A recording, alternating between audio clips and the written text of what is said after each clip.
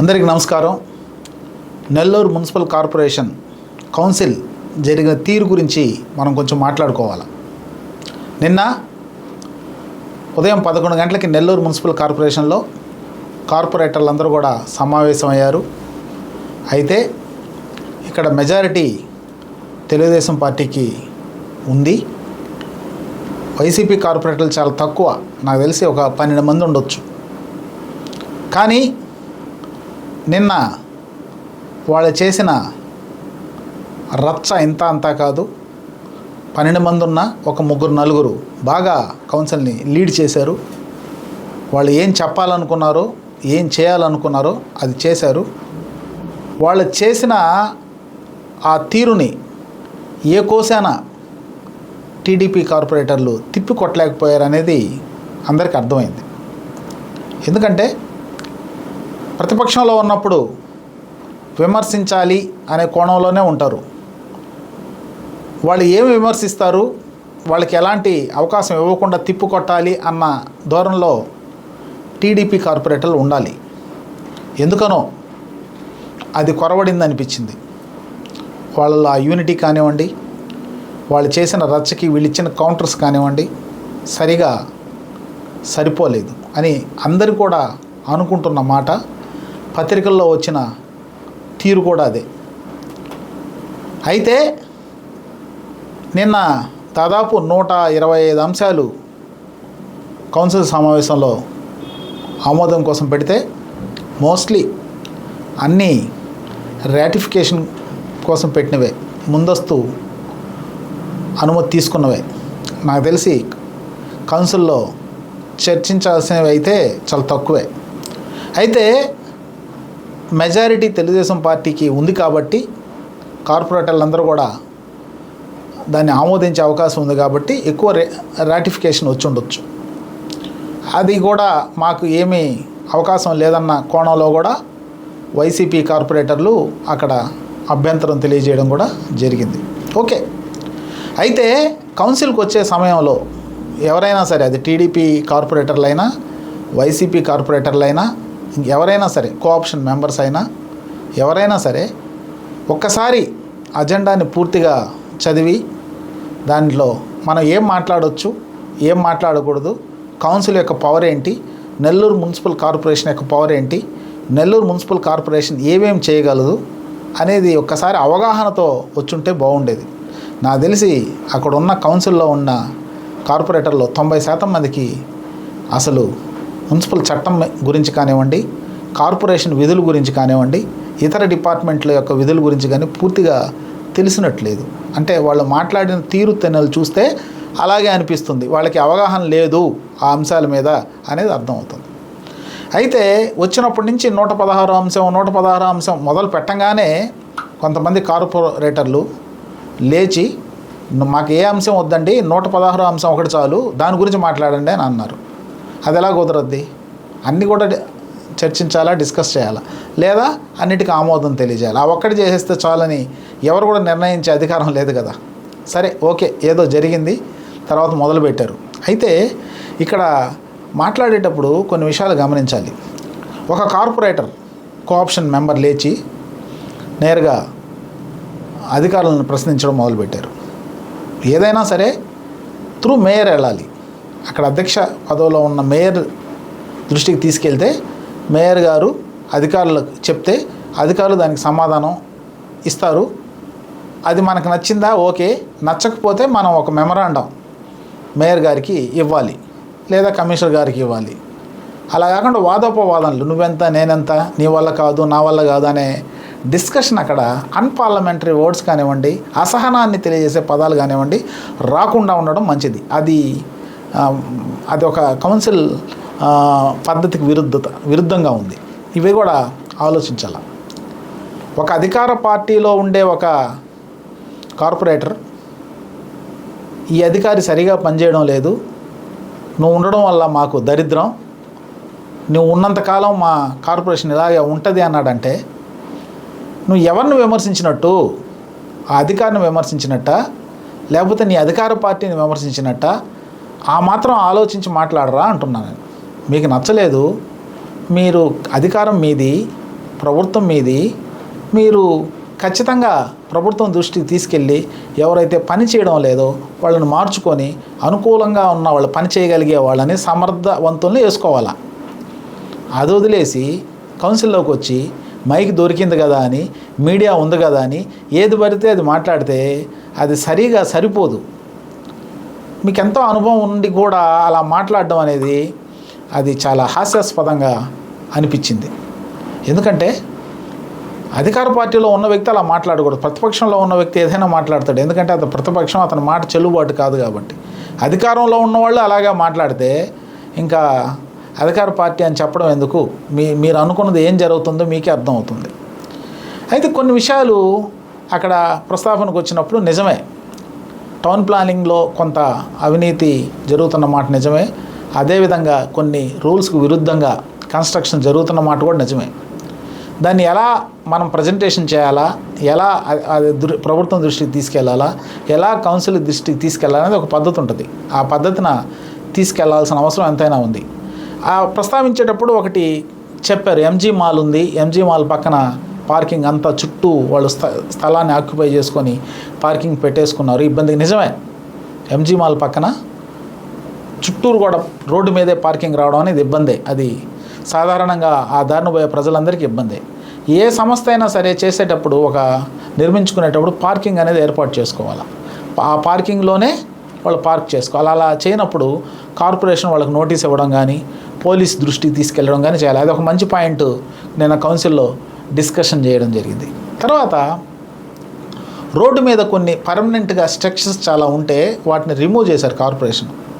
దాని మీద కూడా ఏదో పేదలకు అన్యాయం జరిగిపోతుంది. పేదవాళ్ళు, నాకు తెలిసి రోడ్డు సైడ్ బండ్లు పెట్టుకున్న వాళ్ళందరూ పేదవాళ్ళే. చిన్న చిన్న బండ్లు పెట్టుకొని చిన్న షెడ్ కాకుండా టెంపరీగా ఏదో వెహికల్ పెట్టుకొని అమ్ముకునే వాళ్ళు పేదవాళ్ళే. పర్మనెంట్ స్ట్రక్చర్ కట్టేవాడు పేదవాడు కాదు. పర్మనెంట్ స్ట్రక్చర్ ఎక్కడ కూడా కట్టకూడదు. పర్మనెంట్ స్ట్రక్చర్ ఎప్పుడైతే పడుతుందో నీకు అది వ్యాపార లావాదేవీలు అయిపోద్ది. ఒకరి హ్యాండ్ మారడం, ఒకరు రెంట్ ఇవ్వడం. గవర్నమెంట్ స్థలానికి ఎవరు కట్టేవాళ్ళు ఎవరు, దానికి రెంట్కి ఇచ్చేది ఎవరు, ఇవన్నీ కూడా ఇల్లీగల్ ట్రాన్సాక్షన్స్ జరుగుతున్నప్పుడు ఖచ్చితంగా తొలగించాల్సింది. అది కాకుండా రాజరాజేశ్వరి గుడి చాలా ప్రముఖమైన టెంపుల్, అది అమ్మవారి దేవస్థానం. అక్కడ దసరా ఉత్సవాలు కానివ్వండి, శుక్రవారం రోజు కానివ్వండి, ట్రాఫిక్ చాలా రద్దీగా ఉంటుంది. అలాంటప్పుడు రోడ్డు మీదకి పర్మనెంట్ స్ట్రక్చర్స్ పెట్టేసుకొని కదల్చడానికి వీలు లేకుండా వెహికల్స్ అన్నీ కూడా రోడ్డు మీద పార్క్ చేస్తే నిజంగా ఇబ్బందే. అది మంచి పనే. కాకపోతే నిజంగా ఎవరైనా వ్యాపారం చేసుకొని బండ్లు పెట్టి చేసుకోవచ్చు. ఎందుకంటే బండి ఎప్పుడు కావాలంటే అప్పుడు తీసేయచ్చు, ఇంకో ప్లేస్ కూడా మార్చుకోవచ్చు. పర్మనెంట్ స్ట్రక్చర్ రోడ్డు పక్కన ఎక్కడ కూడా ఉండకూడదు, మంచి నియమం. తర్వాత ఇంకొక కార్పొరేటర్ మాట్లాడుతూ మీరు డబ్బులన్నీ కూడా బ్యూటిఫికేషన్కే పెడుతున్నారు అని. బ్యూటిఫికేషన్ కూడా పెట్టాలా, ఖచ్చితంగా బ్యూటిఫికేషన్ ఉండాలి. నగరాన్ని అందంగా తీర్చిదిద్దాల్సిన బాధ్యత నెల్లూరు మున్సిపల్ కార్పొరేషన్ మీద ఉంది. మనసుకి ఆహ్లాద కలిగించాలి. అదేవిధంగా చూసినప్పుడు ఎవరన్నా ఈ సిటీలో ఉండాలనిపించాలి, ఈ సిటీలో వ్యాపారం చేయాలనిపించాలి. ఈ సిటీ యొక్క స్థాయిని పెంచే విధంగా ఉంటుంది. దాన్ని ఎవరు కూడా వ్యతిరేకించకూడదు. అవగాహన లేకుండా కొంతమంది కార్పొరేటర్లు అలా మాట్లాడడం కూడా చూసాం. అయితే చెత్త సేకరణలో కొన్ని ఇబ్బందులు ఉన్నాయన్నమాట. నిజమే, చెత్త సేకరణలో ఇబ్బందులు అయితే ఉన్నాయి. దాన్ని రెక్టిఫై చేయాల్సిన బాధ్యత మున్సిపల్ కార్పొరేషన్ మీద ఎంతైతే ఉందో కౌన్సిల్ మీద కూడా అంతే ఉంది. దాని మీద కావాల్సి వస్తే అందరూ కలిసి కొన్ని నిర్ణయాలు కూడా తీసుకోవచ్చు, దాంట్లో తప్పేం లేదు. అయితే ట్రాక్టర్లు పెట్టి ట్రాక్టర్లకు డబ్బులన్నీ కూడా ట్రాక్టర్లకు అవినీతిగా ఇస్తే నిజంగా మీరు ఆ మాట మాట్లాడకూడదు. అవినీతిగా ఇస్తే మీరు కోర్టుకు వెళ్ళొచ్చు, దాన్ని అడగొచ్చు, ఆర్టీఐ కింద మీరు క్వశ్చన్ వేసి అడగొచ్చు. అనవసరంగా పనిచేసే అధికారులు ఎవరు కూడా కొన్ని నిబంధనల ప్రకారమే చేస్తారు. ఇప్పుడు ట్రాక్టర్లు అనేవి చెత్త ఖచ్చితంగా తీయడానికి ట్రాక్టర్లు అవసరం. వెహికల్స్ కూడా ఈ మధ్య ఎలక్ట్రికల్ వెహికల్కి మారుతున్నాం, ట్రాన్స్మిషన్ జరుగుతూ ఉంది. ఆల్రెడీ 100 ఆటోలు కూడా ఎలక్ట్రికల్ ఆటోలు నడుస్తున్నాయి, ఇంకొన్ని వస్తే ఉంటుంది. వచ్చినప్పటికి కూడా అన్నీ ఎలక్ట్రికల్ ట్రాక్టర్స్ చేయలేవు.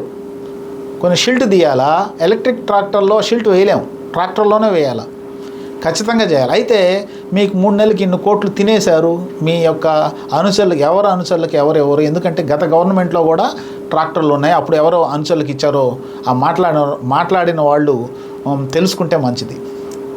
ఎందుకంటే ట్రాక్టర్లు అనేవి ఖచ్చితంగా ఒక టెండర్ ప్రకారం, ఒక సిస్టమ్ ప్రకారం నడుస్తుంది. దానికి ఇన్ని ట్రిప్పులు వేయాలా, ఇంత ఇస్తారని చెప్పేసి నిబంధన ఉంటుంది. 3 నెలల కంటే దాదాపు ఒక 60-70 ట్రాక్టర్లు తిరిగేటప్పుడు పర్ హెడ్ రోజుకి దాదాపు 3,500 రూపాయల లెక్కన 3 ట్రిప్పులకి ఇవ్వాలి కదా. ఇచ్చినప్పుడు ఖచ్చితంగా కోట్లలో ఉంటుంది. దాన్ని ఎలా రీప్లేస్ చేయగలం? మనం సొంత ట్రాక్టర్లు చేస్తే మెయింటైన్ చేయలేదు. కార్పొరేషను ఎప్పుడు కూడా సొంత ట్రాక్టర్లు మెయింటైన్ చేయలేదు. ఎందుకంటే దాన్ని ఎప్పుడు కూడా రిపేర్ షెడ్లలో ఉంటాయి. దాన్ని రిపేర్ చేయడానికి మళ్ళీ కోట్లు ఖర్చు అవుద్ది. దానికంటే నాకు తెలిసి ఈ విధంగా తీసుకోవడం మంచిది. ఎలక్ట్రికల్ రీప్లేస్మెంట్ జరిగితే సంతోషం, అయినప్పటికీ కూడా కొన్ని ట్రాక్టర్లు అవసరం అవుతుంది. ఈ విషయాన్ని కార్పొరేటర్లు తెలుసుకొని మాట్లాడితే చాలా సంతోషం. ఏదంటే అది తెలుసుకోకుండా అసలు ఏంటి అనేది, ఏదో ఇప్పుడే ఈ గవర్నమెంట్లోనే ట్రాక్టర్లు పెట్టినట్టు, ఇప్పుడే అనుచరులకు ఇచ్చేసినట్టు, ఊరికే తోలకుండానే డబ్బులు తీసుకున్నట్టు, ఏదో నోటికి వచ్చినట్టు మాట్లాడి సోషల్ మీడియా కోసమో లేదా మీడియాలో ఎక్స్పోజ్ అవ్వడం కోసమో చేసే అధికారులను ఇతను బుడద చల్లేసిపోవడం కూడా కరెక్ట్ కాదనేది నా ఉద్దేశం. ఇకపోతే కొంతమంది కార్పొరేటర్లు అడిగారు, కొన్ని షాపింగ్ కాంప్లెక్స్ మున్సిపల్ కార్పొరేషన్కి సంబంధించి ఉన్నాయి, ఖాళీగా ఉన్నాయి, వాటిని పాడుపడిపోతున్నాయి, వాటిని రిపేర్ చేసి కానీ ఇస్తే అద్దె డబ్బులు వస్తాయి. నిజం, చాలా మంచి పాయింట్ ఇది. చాలా సంతపేటలో కానివ్వండి, చిన్న బజార్లో కానివ్వండి, చాలా చోట్ల కొన్ని కొట్లు అంటే మున్సిపల్ కార్పొరేషన్కి సంబంధించిన కొట్లు ఖాళీగా ఉన్నాయి. వాటిని కానీ రిపేర్ చేయించేసి ఇస్తే అద్దె డబ్బులు వస్తాయి. కార్పొరేషన్కి ఇన్కమ్ పెరగదు. కార్పొరేషన్, నెల్లూరు మున్సిపల్ కార్పొరేషన్ స్వయం ప్రతిపత్తితో నడవాలి. అది ఇన్కమ్ జనరేట్ చేసుకోవాలి, చేసుకొని అవి దాని యాక్టివిటీస్ చేయాలి. కార్పొరేషన్, నెల్లూరు మున్సిపల్ కార్పొరేషన్ సేవా సంస్థ కాదు. ముందర అది గుర్తించాలి. ఏ కార్పొరేషన్ అయినా సరే, ఆర్టీసీ కావచ్చు, ఇంకొకటి మన మున్సిపల్ కార్పొరేషన్ కావచ్చు, ఏదైనా సరే సేవా సంస్థ కాదు. ఖచ్చితంగా అది ఇన్కమ్ని జనరేట్ చేయాలా, జనరేట్ చేసే విధంగా దాన్ని తయారు చేసుకోవాల్సిన అవసరం ఉంది. అది చాలా ఇంపార్టెంట్. ఈ విషయం కూడా కార్పొరేటర్లు అందరూ కూడా తెలుసుకోవాలి. ఇంకొకటి, ట్రాఫిక్ సిగ్నల్స్ గురించి కూడా అడిగారు. సరిగా పనిచేయడం నిజం, ట్రాఫిక్ సిగ్నల్ సరిగా పనిచేయడం లేదు. వీటి మీద అధికారులు పూర్తి స్థాయిలో పనిచేసి ట్రాఫిక్ని నియంత్రించాల్సిన అవసరం ఉంది. ఎందుకంటే ఇప్పుడు నెల్లూరు మున్సిపల్ కార్పొరేషన్లో ట్రాఫిక్ చాలా ఎక్కువగా పెరుగుతుంది కాబట్టి దాన్ని కోఆర్డినేట్ చేయాల్సిన పోలీసు, మున్సిపల్ కార్పొరేషన్ డిపార్ట్మెంట్ ఇద్దరు కోఆర్డినేట్ చేసుకొని చేయాల్సిన అవసరం ఎంతైనా ఉంది. ఇకపోతే ముఖ్యమైన అంశం 116 అంశం. అది దేని గురించి అంటే ల్యాండ్, ఒక భూమిని నారాయణ ఎడ్యుకేషన్ సంస్థకి దారాదత్తం చేసేశారు అని చెప్పేసి వైసీపీ వాళ్ళు నిన్న రాద్ధాంతం చేశారు. ఓకే, మీ ఉద్దేశం ప్రకారం వాళ్ళకి ఇచ్చేసి, అది ఇప్పుడు నుంచి వాళ్ళ హ్యాండ్ ఓవర్లో ఉన్న భూమి కాదు, ఇప్పుడు కొత్తగా వచ్చి చేరింది కాదు. ఆల్రెడీ ఎప్పటి నుంచో గత 10-15 ఏళ్ళ నుంచి Narayana engineering college, Narayana medical college ఆధ్వర్యంలోనే ఆ కాంపౌండ్లోనే ఆ కాలువ ఉంది. గతంలో కూడా వైసీపీ నాయకులు ఎంతోమంది ఆ కాలువ గురించి కూడా, కాలువ పోతా ఉందని విమర్శించడం కూడా జరిగింది. అయితే ఆ కాలువ పారుదల్లో లేదు, పోరంబోకు. ఆ కాలువ నుంచి ఎటువంటి, నాకు తెలిసి గత 15 ఏళ్ల నుంచి కాలువ వాడుకలో లేదు, ఎలాంటిది లేదు. పక్కన వేరే కాలువ నిర్మించి ఇవ్వడం జరిగింది. ఆ కాలువలో నుంచి వాటర్ పోతున్నాయి. దీనికి కాలువకి అసలు సంబంధమే లేదు. అలాంటి భూమి వేస్ట్గా వాళ్ళ పహరీ లోపల ఉండడం వల్ల వాళ్ళకి ఎడ్యుకేషన్ సొసైటీకి ఇబ్బందిగా ఉంది కాబట్టి, దాన్ని వాళ్ళ వాడుకలో ఉంది కాబట్టి, అది ఎడ్యుకేషనల్ ఇన్స్టిట్యూషన్ కాబట్టి ఆ ఎడ్యుకేషనల్ సొసైటీ ప్రభుత్వానికి ఒక అర్జీ పెట్టుకుంది. ఈ భూమి నిరుపయోగంగా ఉంది, చాలా కాలం నుంచి, దాదాపు 10-15 ఏళ్ల నుంచి నిరుపయోగంగా ఉంది, దాన్ని మేము వాడుకుంటున్నాము, దానికి అది ప్రజలకు కూడా ఏ విధంగా ఉపయోగపడే కాలువ కానీ ఇంకేది కూడా లేదు. మీకు ఏదైనా అవకాశం ఉంటే మాది ఎడ్యుకేషన్ సంస్థకి ఆ భూమి ఇస్తే సమాజానికి ఉపయోగపడద్ది. ఒక ఎడ్యుకేషన్ ఇన్స్టిట్యూషన్ అనేది సొసైటీకి ఉపయోగపడేదే, పర్సనల్ వ్యక్తిగతం కాదు. అది ఎడ్యుకేషన్ సొసైటీ, ఏ సొసైటీ అయినా సరే సొంతం కాదు. అది ప్రయోజనాల దృష్ట్యా సమాజానికి ఉపయోగపడే పని కోసం అయితే ఖచ్చితంగా ప్రభుత్వం దాన్ని నిజంగా దీనికోసం వీళ్ళు వాడుతున్నారు, దీనికోసం వీళ్ళు ఉపయోగిస్తున్నారు అని అంటే ఖచ్చితంగా ప్రభుత్వం చాలా చోట్ల భూములు ఇస్తూ ఉంటుంది. తప్పేంది? అట్లా తప్పేం లేదు కదా. దానికి వాళ్ళు నోటికి ఏం తెలుస్తుంది అంటే వాళ్ళ నాలెడ్జ్లో అంతకంటే గొప్పగా ఏం ఆలోచించలేరు కాబట్టి కాలువ పక్కన ఇల్లు కట్టుకుంటే వాళ్ళకి ఇచ్చేస్తారు. సొంతంగా నాకు మీకు ఇంకొకరికి ఇల్లు కట్టుకోవడానికి కాలువ పక్కన ఇవ్వరు. కాలువ పక్కన ఇవ్వడం వల్ల కాలువలో ఉండే నీళ్ళు వచ్చి ఇల్లు కొట్టుకుపోతే ప్రమాదం జరిగితే మళ్ళా మనమే బాధ్యులం అవుతాము. ప్రభుత్వం కూడా పేదవాళ్ళకి ఇల్లు ఇస్తుంది. ఎక్కడ ఇస్తుంది?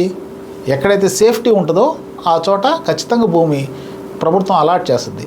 నేను లేదు కాలువ పక్కనే ఉంటాను ఇవ్వమంటే వాటర్ వచ్చినప్పుడు ఇబ్బందులు అవకాశాలు. ఇక్కడ కూడా మనం ఆలోచించాల్సింది, ఈ కాలువ భూమి కూడా ప్రజా ప్రయోజనాల దృష్ట్యా సొసైటీకి ఇవ్వదు. ఒకవేళ వాటర్ ఫ్లో ఉంటే దానికోసం ఒక కమిటీ వేసి, ఏది వాచ్ డాగ్ కమిటీ వేసి, ఆ కమిటీలో అధికారులు అందరూ ఉంటారు. అందరూ పోయి పరిశీలించి ఇది నిజంగా నిరుపయోగంగా ఉంది, ఇది ఎవరికి పనికిరాదు, ఇది ఈ ఎడ్యుకేషన్ సొసైటీకి ఇవ్వడం వల్ల నష్టం లేదు అని ఆలోచించిన తర్వాత వాళ్ళకు రిపోర్ట్ రాసి రెవెన్యూ డిపార్ట్మెంట్కి పెడితే రెవెన్యూ డిపార్ట్మెంట్ ఏం చేస్తుంది అంటే జస్ట్ మున్సిపల్ కార్పొరేషన్ది ఏదైనా సరే, ఏ భూమి అయినా సరే మున్సిపల్ కార్పొరేషన్ పరిధిలో ఉంటే జస్ట్ ఆమోదం కోసం వస్తుంది అంతే. వీళ్ళకి భూమి ఇచ్చే హక్కు కానీ భూమి తీసుకునే హక్కు కానీ నెల్లూరు మున్సిపల్ కార్పొరేషన్కి ఉండదు.